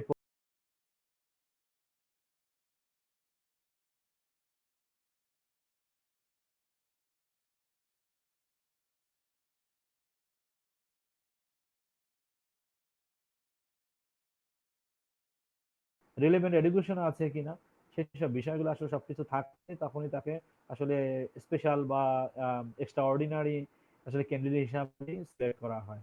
সব মিলিয়ে হচ্ছে তার নম্রতা, ভদ্রতা, তার আচার আচরণ, তার যে গুণাবলী যেগুলো আছে, সেই সব বিষয়গুলো হচ্ছে আসলে তাকে তার পাংচুয়ালিটি, তার ওভারঅল ইন্টারভিউ সেন্স, এগুলো খুব জরুরি। এগুলো থাকলেই আসলে একজন ক্যান্ডিডেট আসলে এক্সট্রা অর্ডিনারি হতে পারে বা এক্সেপশনাল হতে পারে, এবং ইন্টারভিউতেও আসলে সে টিকতে পারে। থ্যাংক ইউ মামুন স্যার, অনেক সুন্দর করে অনেকগুলা পয়েন্ট আমাদেরকে বলেছেন। আমি আমার দর্শকদেরকে আবার একটু মনে করে দিতে চাই, এই টাইম ম্যানেজমেন্টের একটা কথা স্যার অনেক সুন্দর করে বলেছেন, যে টাইমটা, ডেডলাইনের বিষয়টা আবার উল্লেখ করা হয়েছে। আর হচ্ছে গিয়ে ড্রেস আপের কথাটা, যে কিভাবে ড্রেস আপ করতে হবে সে বিষয়টা, আচার আচরণের বিষয়টাও অনেক ভাবে উল্লেখ করা হয়েছে। তো কোয়েশ্চেনটি অনেক সুন্দরভাবে অ্যান্সার দেওয়ার জন্য ধন্যবাদ স্যার। সিরাজ স্যারের কাছে একটি কোয়েশ্চেন আছে। না স্যার, আমাদের একজন অ্যাম্বাসেডর কোয়েশ্চেন করেছেন যে সিভিতে রেফারেন্স বিষয়ে যদি কিছু বলতেন স্যার। রেফারেন্স কি আসলে জবের রিকোয়ারমেন্টের জন্য অনুযায়ী উচিত হওয়া দরকার, নাকি সব জবের অ্যাপ্লাইয়ের সময় সেম রেফারেন্স ব্যবহার করা যেতে পারে? স্যার আপনি যদি কোশ্চেনটা অ্যান্সার করতেন। প্রথমত হচ্ছে সিভিতে যেটা রেফারেন্স, যে রেফারেন্সটা বা এই যে ট্রেন্ডটা আমরা পরিচিত, যে ট্রেন্ডটার সাথে রেফারেন্স বলতে আমরা যেটা বুঝি, দিস ইজ কমপ্লিটলি একটা রং প্র্যাকটিস। কারণ এই রেফারেন্স দিয়ে আসলে কিছু হবে না। আমি হয়তো লিখে দিচ্ছি যে অমুক আর অমুক, হুম, এই যে অমুক আর অমুক আমি আমার সিভিতে লিখে দিলাম, এটা আসলে আমার আদতে কোনো কাজে লাগবে না। বাট এটা হচ্ছে ওই যে মানে প্র্যাকটিস যে চলে আসতেছে 20 বছর আগে থেকে, 10 বছর আগে থেকে চলে আসতেছে। বেসিক্যালি রেফারেন্স চেক বলতে এইচআর এর ভাষায় যেটা বোঝায়, রেফারেন্সের মানে আহ, কাজে লাগে এটা কোন জায়গাটা সেটা একটু বলি। এইচআর একটা টার্ম আছে রেফারেন্স চেক। যখন আমরা কোনো একটা ক্যান্ডিডেটের ইন্টারভিউ নিয়ে তাকে আমরা শর্ট লিস্টেড করি ফর দ্য ফাইনাল স্টেজ, বা ফর দ্য নেক্সট ইন্টারভিউ, বা for the management level interview, অথবা আমরা কোনো একটা ক্যান্ডিডেটকে যখন আমরা সিলেক্ট করে ফেলি, তখন যেসব অর্গানাইজেশনে গুড এইচআর প্র্যাকটিস আছে বা মাল্টিন্যাশনাল গুলো এই কাজটা করে থাকে, সেটা হচ্ছে তখন ওই ক্যান্ডিডেটের কাছে রেফারেন্স চেক চাওয়া হয়। লাইক হচ্ছে এটা তাকে ইনফর্ম করেও করা যায় অথবা ইনফর্ম না করেও করা যায়, দুভাবেই করা যায়। আমি ক্যান্ডিডেটের কাছে আস্ক করতে পারি যে যদি সে এক্সপেরিয়েন্সড হয়, গিভ মি ইউর 2 রেফারেন্সেস, যে আপনি আপনার প্রিভিয়াস অর্গানাইজেশনের একটা বা দুটো রেফারেন্স আমাকে দিন, আমরা সেই অর্গানাইজেশনে আমরা আপনার সম্পর্কে জানবো। অনেক সময় জানার অনেক কিছুই থাকে, যে সে অর্গানাইজেশন থেকে সে পজিটিভলি বের হয়েছে কিনা, তার কোনো ব্যাড, তার এগেনস্টে কোনো অবজেকশন আছে কিনা সে অর্গানাইজেশনের। এটা বেসিক্যালি জি। Reference check. ফ্রেশারদের জন্য কি হতে পারে, তার ইউনিভার্সিটিতে আমরা খবর নিতে পারি যে সে হয়তো তার একজন প্রফেসরের, তার ডিপার্টমেন্ট হেডের, তার ডিপার্টমেন্টের চেয়ারম্যানের, হুম, তার কোনো সিনিয়র লেকচারারের সে আমাকে রেফারেন্স দিল। তো আমরা আমাদের অর্গানাইজেশন থেকে এইচআর সেখানে খবর নিতে পারে যে স্টুডেন্ট আসলে তার ওভারঅল স্টুডেন্ট লাইফে, তার ইউনিভার্সিটি লাইফে, how was he, how was she, what she did, what he did, কি করেছে, তার ওভারঅল পারফরমেন্স কেমন ছিল ক্লাস, সে কি ক্লাসরুমেই ছিল, নাকি ওভারঅল পুরো ইউনিভার্সিটি লাইফ সে ওই জায়গায় সেই জায়গায় কাটিয়ে দিয়েছে, আড্ডা মেরে কাটিয়ে দিয়েছে। এটা আমরা কোশ্চেন করতে পারি। তো basically it is called reference check. But এখন কথা হচ্ছে, তাহলে কি আমি আমার সিভিতে রেফারেন্স রাখবো না? আমি কি করব? মামুন ভাই একটু আগে কথা বলার সময় বলছিলেন যে একটা সময় ইন্টারভিউ বোর্ডে চশমা পরা বই নিয়ে বসা লোকজন ছিল। ইন্টারভিউ বোর্ডে এখনো যে একেবারে টোটালি পাল্টে গিয়েছে, একদম টোটালি সবকিছু মানে স্মার্ট পিপলরা বা একদম বর্তমান যুগের সাথে খাপ খেয়ে চলা মানুষেরা বসে, সেটা কিন্তু না। অনেক সময় অনেক সিনিয়ররা এখনো বসেন, যারা ইন্টারভিউটাকে আগের মতোই দেখেন, আগের মতোই করে ফেলেন। আর সিভিটাকেও কিন্তু সবাই এক চোখে দেখেন না। যেমন আপনার বাবার নাম বা মায়ের নাম আমার জন্য কোনো ম্যাটার করে না আপনার সিভিতে আছে কি নাই, বাট এটা এখনো আমাদের দেশের ট্রেন্ড এমন যে আমি কি তোমার বাবার নাম জানবো না, তুমি কি ফ্রম নোয়াখালী আর ফ্রম বরিশাল, আমি কি জানবো না? সিভিতে ইন্টারন্যাশনাল স্ট্যান্ডার্ড বলে you you should write your present address, only present address is enough in your CV. তো প্রেজেন্ট অ্যাড্রেসটা কি? যেখানে তুমি রাতে ঘুমাও, সেটাই তোমার present address. You don't need to write any other address in your CV. এখন আমাদের দেশে আমরা যখন ইন্টারভিউ বোর্ডে বসি, কি ব্যাপার, তোমার বাড়ি কোথায়, তুমি কোত্থেকে, মানে তুমি কোথাকার মানুষ, তুমি কি নোয়াখালীর না তুমি বরিশালের? এটা আমাদের হচ্ছে আমাদের সমস্যা। এই সমস্যা থেকে উত্তরানোর ওয়ে হচ্ছে, ফ্রেশারদের জন্য আমি যেটা সাজেস্ট করি, সরি, একটা ফ্রেশারকে তার সিভিতে দুটো রেফারেন্স লেখা যায়। ইউজুয়ালি যে একদম কমপ্লিট ফ্রেশার বা একদম কেবল গ্রাজুয়েশন কমপ্লিট করলো, কোথাও কোনো জব টব করেনি, সে তার ডিপার্টমেন্টের দুজন লেকচারারের বা একজন প্রফেসর একজন লেকচারারের সে রেফারেন্স দিতে পারে। এর চেয়ে আরো বেটার কোনটা? এর চেয়ে বেটার বেটার হচ্ছে যারা এক্সেলেন্স বাংলাদেশের মতো টিমের সাথে ক্যাম্পাস অ্যাম্বাসেডর হিসাবে এসে, হ্যাঁ, এমন দু চারটা বড় বড় মামুন ভাই বা অন্যান্য ভাইদেরকে চিনে ফেলেছে, তারা কি করতে পারে? তারা ওই যে লেকচারারের রেফারেন্স দিতে পারে একটা, আর মামুন ভাইয়ের রেফারেন্স দিতে পারে। হ্যাঁ, সিভিটাকে আর একটু ভারী করার জন্য, যে না, তার কানেকশনটা এই জায়গায়। কেউ যদি কোনো পার্ট টাইম জব করে থাকে, সেই জবে যেই বসটাকে সে রিপোর্ট করতো, সেই বসের রেফারেন্স দিতে পারে। তো ফ্রেশাররা এই দুটো রেফারেন্স দিতে পারে সিভিতে। রেফারেন্স দেওয়ার সময় কয়েকটা থাম্ব রুল আছে। You should inform that person যে আমি আপনাকে আমার সিভিতে রেফারেন্স হিসেবে মেনশন করছি।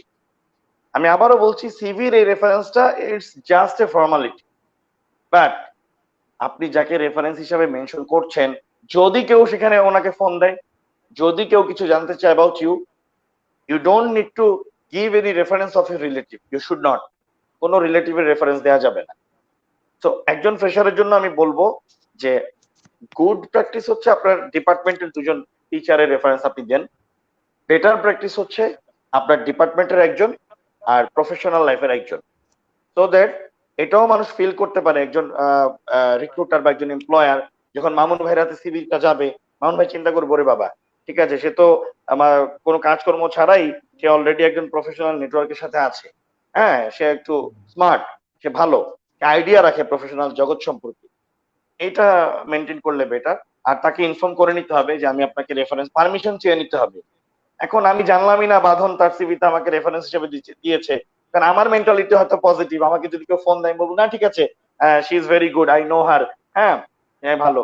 এখন আরেকজন হতে পারে তার মেন্টালিটি নেগেটিভ, সে বলতে পারে ওরে বাবা কত বড় পাকনা, রেফারেন্স দিয়ে দিছে আমার জানালো না। আরে না, এই মেয়ে একদম বাজে, এই মেয়ে কোনো কাজে কর্মে কিছু না, ঠিক আছে, সে ভালো স্টুডেন্টও না, তাকে নিয়েন না আপনার কোম্পানিতে, ভালো হবে না। এরকম নেগেটিভও অনেকে হতে পারে, but we should not behave like this way. তো ইনফর্ম করে নেওয়া বেটার। দেন আপনার রেফারেন্সের নাম, তার প্রপার ডেজিগনেশনটা, তার ইমেল অ্যাড্রেস, তার contact number and email address, এই চারটা ইনফরমেশন দেওয়া উচিত একজন রেফারেন্সের যখন আপনি দিবেন। আর যখন আপনি আস্তে আস্তে সিনিয়র হয়ে যাবেন, হ্যাঁ, আপনার যখন 3 বছর 4 বছর 5 বছর এক্সপিরিয়েন্স হয়ে যাবে, তখন আস্তে আস্তে এইসব রেফারেন্স টিভি থেকে রিমুভ করে দিবেন। হ্যাঁ, তখন এগুলোর কোনো মাইনে রাখে না, মানে কোনো ভ্যালু রাখে না অ্যাকচুয়ালি। ওই রেফারেন্স চেকের সময় ওটাই ভ্যালু রাখে। Thank you Badal. Thank you so much sir, অনেক সুন্দর করে কিছু বর্ণনা করেছেন, ধন্যবাদ স্যার। এবার আমি মামুন স্যারের কাছে একটা কোশ্চেন আছে। স্যার, ডিজিটাল স্কিল নিয়ে অনেক আলোচনা হচ্ছে। এইচআর সেক্টরে যাওয়াটা অনেক স্টুডেন্টের প্যাশন, অনেকেই হচ্ছে জানাচ্ছেন আমাদের কমেন্ট সেক্টরে। আপনাদের মতে ভালো ক্যারিয়ারের জন্য কোন কোন স্কিল গুলা, সফট স্কিল বা সেলফ স্কিল, ডিজিটাল সেক্টরে এখন যেহেতু আমরা করোনার জন্য সবাই বাসায় আছি, তো বাংলাদেশ ভবিষ্যতে যে চ্যালেঞ্জিং সেক্টর গুলা ফেস করবে, সেই জন্য কোন কোন ডিজিটাল স্কিল গুলা আমরা এখন শিখবো বা আমাদের মধ্যে আনতে পারি, যেগুলা ভবিষ্যতে আমাদের জব সেক্টরের জন্য অনেক ভালো কাজ করতে পারেন? আচ্ছা, আচ্ছা, ধন্যবাদ। আচ্ছা, আমরা যারা, আপনি বলছেন যে এইচআর সেক্টরের জন্য এটা বলছেন, বা বর্তমান করোনা পরিস্থিতির কথা বলছেন, যে এই মুহূর্তে কোন কোন স্কিল সমূহ বা ডিজিটাল স্কিল সমূহ আমরা ডেভেলপ করতে পারি। মূলত হচ্ছে এখন এই মুহূর্তে আমাদের টেকনিক্যাল স্কিলটা খুব জরুরি। টেকনিক্যাল স্কিল খুবই খুবই খুবই জরুরি। বর্তমান কোভিড-19 এর কারণে সবার ভিতরে কিন্তু এটা একটা চলে এসেছে, যে আহ, সে কোন স্কিল এই মুহূর্তে যে প্রয়োজনীয় যে স্কিলগুলো আছে, আহ, এখন এই মুহূর্তে অনলাইন ব্যবহার করতে পারে কিনা, জুম ব্যবহার করতে পারে কিনা, বা অনলাইনে যেসব যেসব ব্যবহারগুলো আছে এই মুহূর্তে। তো এটা কিন্তু একটা বিবেচ্য বিষয়, যে ভবিষ্যতেও যে এরকম কোনো পরিস্থিতি হবে না, এরকম কোনো অড সিচুয়েশন আসবে না, তো সেটা কিন্তু কেউ বলতে পারে না। তো ইন্ডাস্ট্রি বা অন্যান্য প্রতিষ্ঠান যারা আছে, কর্পোরেট হাউস বা আদার যারা আছে, তারা কিন্তু এখন ক্যান্ডিডেট চুজ করার ক্ষেত্রে, নতুন ক্যান্ডিডেট নেওয়ার ক্ষেত্রে কিন্তু এই স্কিলটাও একটা অন্যতম স্কিল হিসাবে দেখবে, যাতে আহ, সে টেকনোলজিক্যালি আসলে কতটা ডেভেলপ বা কতটা আসলে সাউন্ড, সেই বিষয়গুলো জানে কিনা। কম্পিউটার কম্পিউটারে কাজ জানে, আমাদের কাছে একটা খুব জরুরি ইয়ে হচ্ছে যে যারা আসে আমরা কম্পিউটারে সব জানি, মানে একটা ইয়ে হচ্ছে যে কম্পিউটারে আমি সব জানি। তো কম্পিউটার আসলে সব জানে, আসলে এটা খুব যারা বলে আমার কাছে মনে হয় যে আসলে অ্যাকচুয়ালি এটা সঠিক কথা না।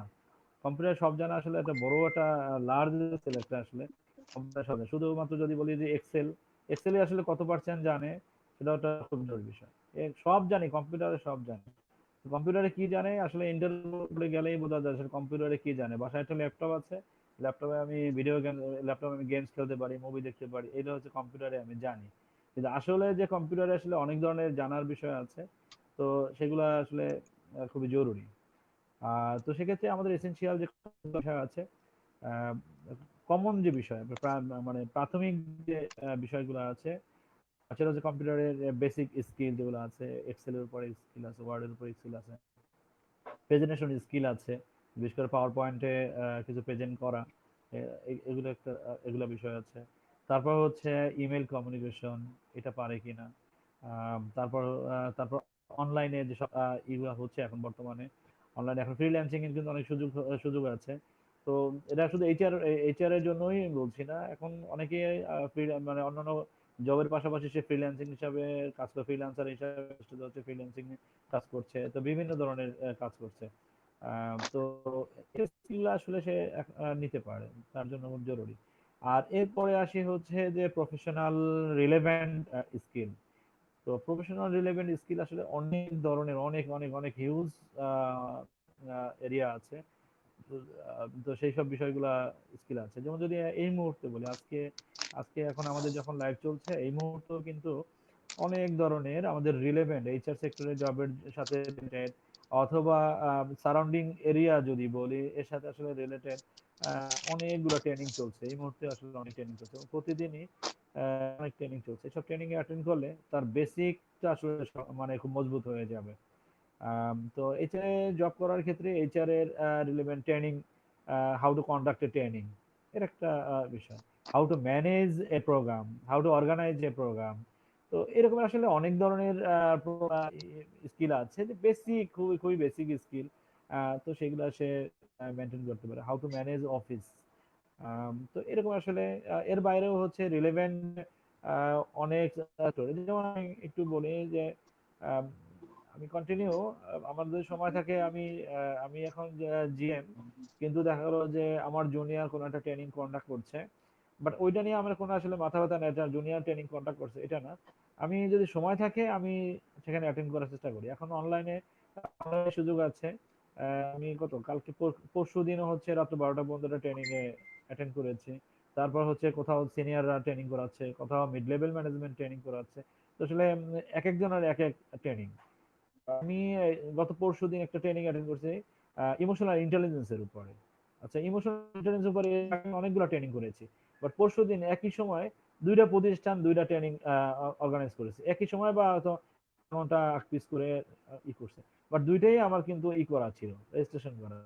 তো আমি দুইটাই প্রথমটা অ্যাটেন্ড করেছি, সেখানের পরে আবার যখন একজন ইন্ডিয়ান একজন ট্রেনার আবার নতুন ট্রেনার তার তার ট্রেনিং নিয়ে আলোচনা করছে, তো আমি দুইটাই অ্যাটেন্ড করছি। এবং অন্তত এখান থেকে আমার শিক্ষা হচ্ছে যে সবার স্কিল সমান হবে না, সবার প্রেজেন্টেশনও সমান হবে না, আবার সবার কাছ থেকে আসলে সমানভাবে শেখাও যাবে না। অনেকে খুব সহজভাবে সহজবোধ্যভাবে বোঝাতে পারে, খুব সহজভাবে সে শেখাতে পারে, যে জিনিসটা আসলে আমাদের ওইখান থেকে জিনিসটা আসলে খুব নেওয়া খুব জরুরি। তো আমরা যারা এই মুহূর্তে কোভিড-19 এর কারণে এখন যারা বাসায় আছি, তো আসলে আমরা আমাদের বিভিন্ন সফট স্কিল যেগুলো আছে সেই স্কিলগুলো আমরা আসলে ডেভেলপ করতে পারি। পাশাপাশি হচ্ছে আমাদের ভবিষ্যতের জন্য, আমাদের ক্যারিয়ারের জন্য, যেহেতু আজকের অডিয়েন্স ম্যাক্সিমামই স্টুডেন্ট আমি যতটা জানি, তো সেক্ষেত্রে ভবিষ্যতের জন্য তাকে অর্গানাইজিং ক্যাপাসিটি, তার লিডারশিপ ক্যাপাসিটি, তার হচ্ছে টাইম সেন্স, টাইম ম্যানেজমেন্ট সহ অন্যান্য বিষয়গুলো তাকে আসলে খুবই এইসব বিষয়গুলো শেখা দরকার।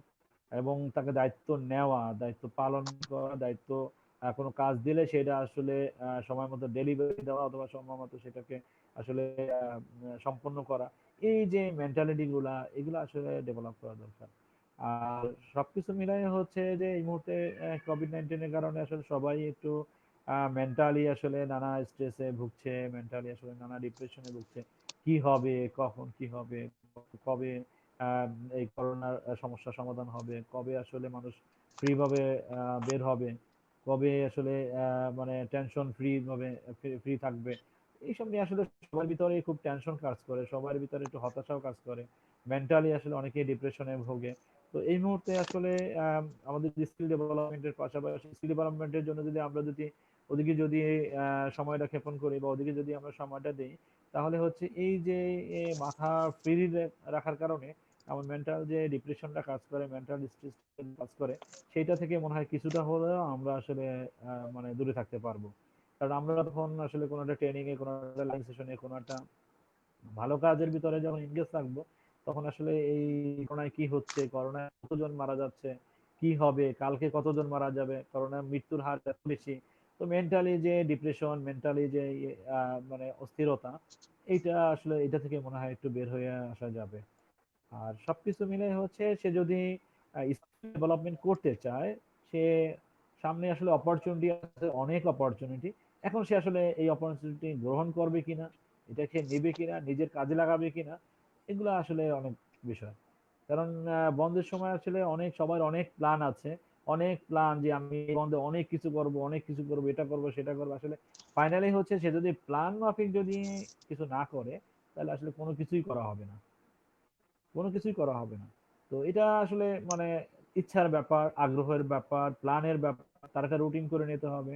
রুটিন করে যদি যদি একটা চেক লিস্ট করে নেয় যে আমি এই সাইটগুলো ডেভেলপ করব, আমার ক্যারিয়ারের জন্য এই জিনিসগুলো দরকার, সেগুলো আমি ডেভেলপ করব। সাথে সাথে হচ্ছে যে সে স্কিল শুধু ডেভেলপমেন্ট করবে, বন্ধ পেয়েছে শুধু স্কিল ডেভেলপমেন্ট করবে, শুধু ট্রেনিং করবে, বা এই মুভি দেখে সময় কাটাবে। তো এইগুলা না, এই মুহূর্তে কিন্তু আরো একটা খুব জরুরি বিষয়, যখন ইউনিভার্সিটি খুলবে, যখন কলেজ খুলবে, যখন বিভিন্ন প্রতিষ্ঠান খুলবে, সাথে সাথে কিন্তু তাদের সেমিস্টার এক্সাম পরীক্ষা হয়ে যাবে, সেমিস্টার ফাইনাল হবে অথবা টার্ম ফাইনাল হবে, টার্ম জি। বিভিন্ন এক্সাম গুলা থাকবে। তো সেই সময় কিন্তু সে যদি এই মুহূর্তে যদি পড়ালেখায় মনোযোগ না দেয়, তাহলে কিন্তু সে যতই ক্যারিয়ার ডেভেলপমেন্ট করুক, যতই সে তার বিভিন্ন স্কিল ডেভেলপমেন্ট করুক, তখন কিন্তু সে তার নিজের যখন আসল কাজই হবে না, তখন এইসব স্কিল ডেভেলপমেন্ট দিয়ে তখন কিন্তু তার কিছু হবে না। তো ফাইনালি হচ্ছে তার ইউনিভার্সিটির পড়ালেখা বা কারিকুলামে যে এই পড়ালেখা আছে, সেগুলোও শেষ করতে হবে। পাশাপাশি তাকে স্কিল ডেভেলপমেন্টের জন্য একটা সময় নির্ধারণ করে রুটিন মাফিক বা চেকলিস্ট তৈরি করে এই বিষয়গুলো আমি শিখবো, এই বিষয়গুলো করবো। গ্রাফিক্স ডিজাইনিং করতে পারে, বিভিন্ন কোর্স করতে পারে, বিভিন্ন এগুলো অনেকগুলো আসলে অপরচুনিটি আসলে অভাব নাই। সে চাইলে অনেকগুলা অপরচুনিটি অ্যাডাপ্ট করতে পারে। Thank you so much master, অনেক অনেক সুন্দর সুন্দর কিছু তথ্য পাওয়া গেল আপনার কাছ থেকে। আপনাদের কাছে অনেক অনেকগুলো কোশ্চেন আছে যেগুলো আমি এই মুহূর্তে এখন আর নিতে পারছি না, সবাইকে আগে থেকে দুঃখিত। স্যার, আপনাদের দুজনের কাছে অনেক অনেক ধন্যবাদ যে আপনারা আপনাদের এই ব্যস্তবহুল সময় থেকে, যদিও বাসা থেকেও আপনাদের কারো কাজই থেমে নেই, আমি জানি যে আপনারা সবাই এখনো কাজ করে যাচ্ছেন। দুজনের জন্য অনেক শুভকামনা। আমার কাছে নিজস্ব এবং আমাদের যে নিজের পরিবার, আমার একটা পরিবার হচ্ছে এক্সেলেন্স পরিবার, তাদের পক্ষ থেকে একটা কোশ্চেন হচ্ছে, এক্সেলেন্স বাংলাদেশ সম্পর্কে যদি আপনারা কিছু বলতেন। আহ রুবেল স্যারের সাথে থেকে শুরু করি। স্যার, আপনি এক্সেলেন্স বাংলাদেশ সম্বন্ধে যদি আমাদের আমাদের সম্বন্ধে যদি কিছু বলতেন। এক্সিলেন্স বাংলাদেশ সম্পর্কে আসলে আহ, আমি এই প্রোগ্রামটা শুরু হওয়ার আগে, লাইভে যাওয়ার আগে আমি ব্যাক স্টেজে যখন কথা বলছিলাম বাঁধন আপনার সাথে, তখন আমি বলছিলাম যে আসলে এক্সিলেন্স বাংলাদেশ, আমি যেমন এইচআর পারসেপশনের ফাউন্ডার, এইচআর পারসেপশন আমার নিজের সন্তানের মতো। হ্যাঁ, আমি ওটাকে ক্রিয়েট করেছি।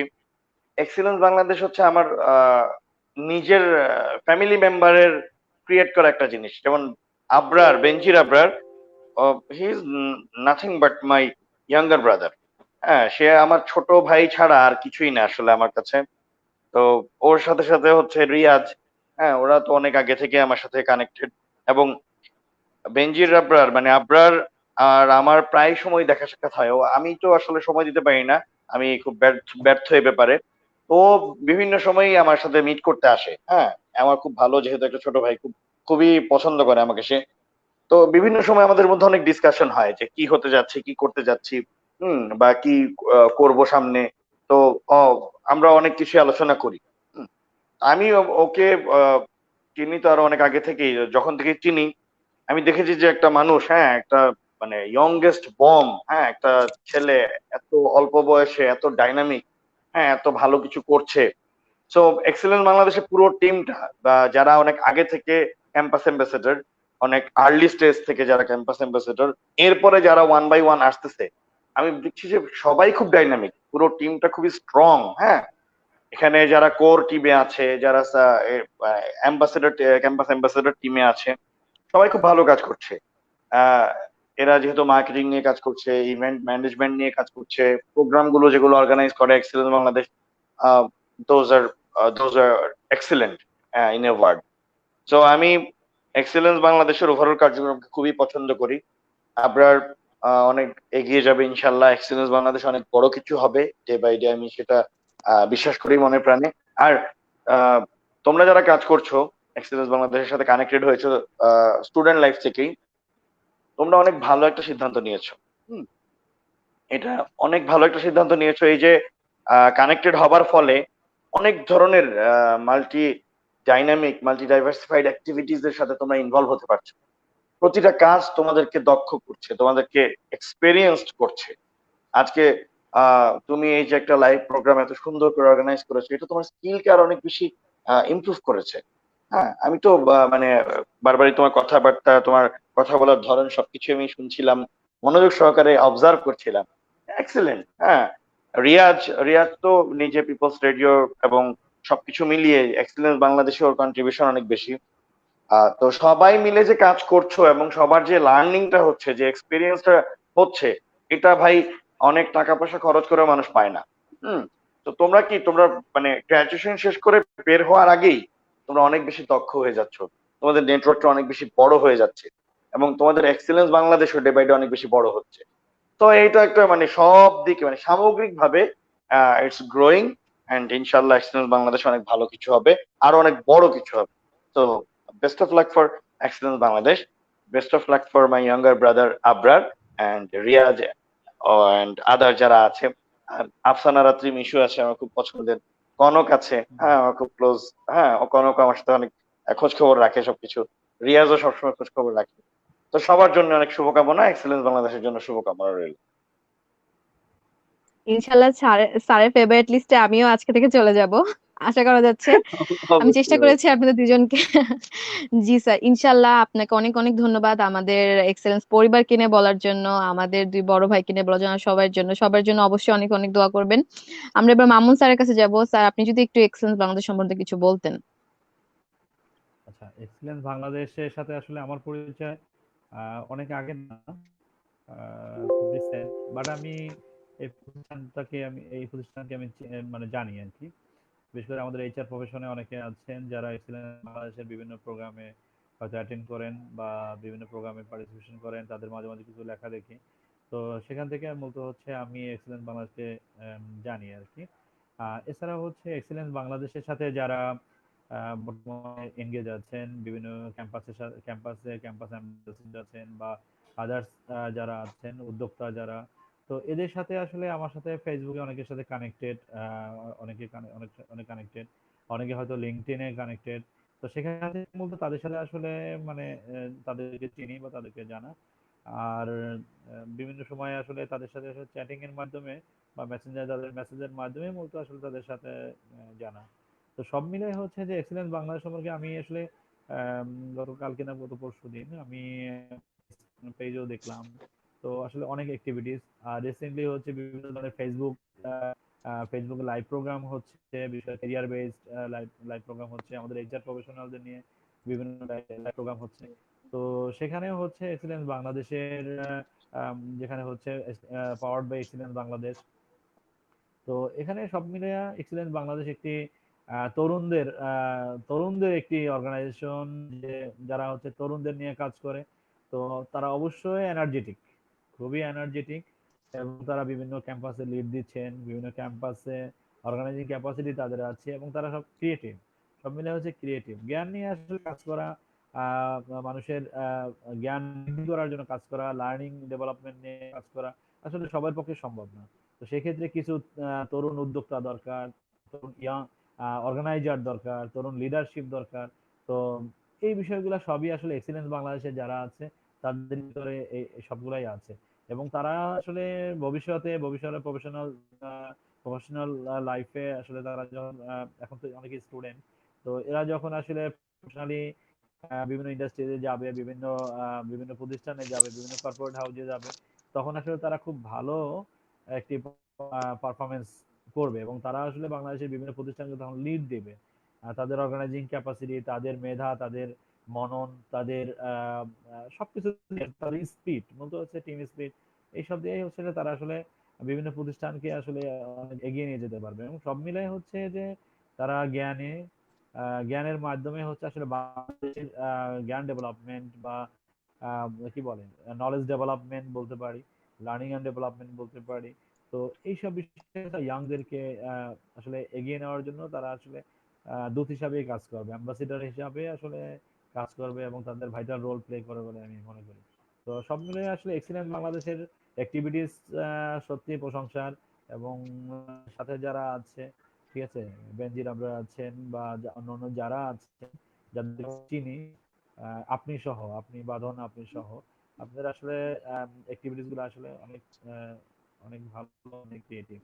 তো আমি আমার আমার পার্সোনাল দিক থেকেও বলি, আমি যখন ইউনিভার্সিটিতে ছিলাম তখন আসলে বিভিন্ন অর্গানাইজেশনের সাথে মানে খুব অ্যাক্টিভলি ছিলাম এবং আমি অনেকগুলো অর্গানাইজেশনের ফাউন্ডারও ছিলাম, প্রেসিডেন্টও ছিলাম। তো সব কিছু মিলায়া হচ্ছে যে আমার মনে হয় যে ইউনিভার্সিটির লিডারশিপ ক্যাপাসিটি, অর্গানাইজিং ক্যাপাসিটি, এগুলো আসলে ভবিষ্যৎ বা পরবর্তী লাইফে, পরবর্তী ক্যারিয়ারে আসলে অনেক ধরনের ভূমিকা রাখে। এবং এই পরবর্তী ক্যারিয়ারকে ডেভেলপ করার ক্ষেত্রে এইসব স্পিড আসলে সবসময় আসলে কার্যকরী। তো আশা করি আপনাদেরকে এক্সেলেন্স বাংলাদেশের সাথে থাকার কারণে আপনারাও সেই স্পিডটা পাবেন এবং ভবিষ্যতেও খুব সহজেই আসলে এনগেজ হতে পারবেন। ধন্যবাদ এক্সেলেন্স বাংলাদেশকে। আপনাদের দুজনকে অনেক অনেক ধন্যবাদ। আপনাদের কোয়ালিটি আমাদেরকে অনেক অনেক সময় দিয়েছেন, এখান থেকে আমরা অনেক আমাদের শিক্ষার্থীদের জন্য, আমাদের জন্য, আমার নিজের জন্য অনেক গুরুত্বপূর্ণ কিছু টপিক উঠে এসেছে, আমি যেগুলো নিজে খেয়াল রাখবো। অনেক অনেক ধন্যবাদ আপনাদের পরিবারের জন্য, আপনাদের জন্য অনেক শুভকামনা রইলো। সবাই বাসায় থাকবেন, নিজের খেয়াল রাখবেন, নিজের পরিবারের সাথেই থাকবেন। আমি সুমাইয়া জামান বাঁধন আজকে এক্সেলেন্স বাংলাদেশের ফেসবুক অফিসিয়াল পেজ থেকে এখন আমরা লিভ নিচ্ছি আজকের মতো এখানেই। সবাইকে অনেক অনেক ধন্যবাদ আমাদের সাথে থাকার জন্য। আল্লাহ হাফেজ। আসসালামু আলাইকুম। ওয়ালাইকুম আসসালাম। সবাই ভালো থাকবেন, সুস্থ থাকবেন এবং সবাই সবার জন্য দোয়া করবেন। পাশাপাশি হচ্ছে করোনা ভাইরাসকে আসলে শুধু ভয় পেলে হবে না, আমরা করোনা থেকে কিভাবে নিজেরা পরিত্রাণ পেতে পারি এবং নিজের ফ্যামিলিকে, নিজের সমাজকে কিভাবে বাঁচাতে পারি, নিজেদেরকে যাতে নিয়েই যাতে আমরা বাঁচতে পারি এবং সব মিলে হচ্ছে দেশের জনগণ, দেশের মানুষকে নিয়ে যাতে বাঁচতে পারি।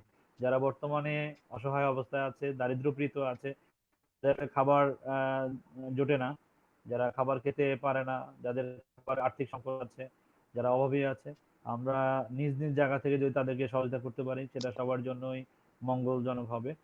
আর যেহেতু রোজার শেষ দিকে আমি চলে আসবে, সবাইকে অগ্রিম ঈদের শুভেচ্ছা এবং ঈদ মোবারক। সবাই ভালো থাকবেন, পরিবারকে ভালো রাখবেন, সবাইকে ভালো, সবাই করবেন। Thank you everyone.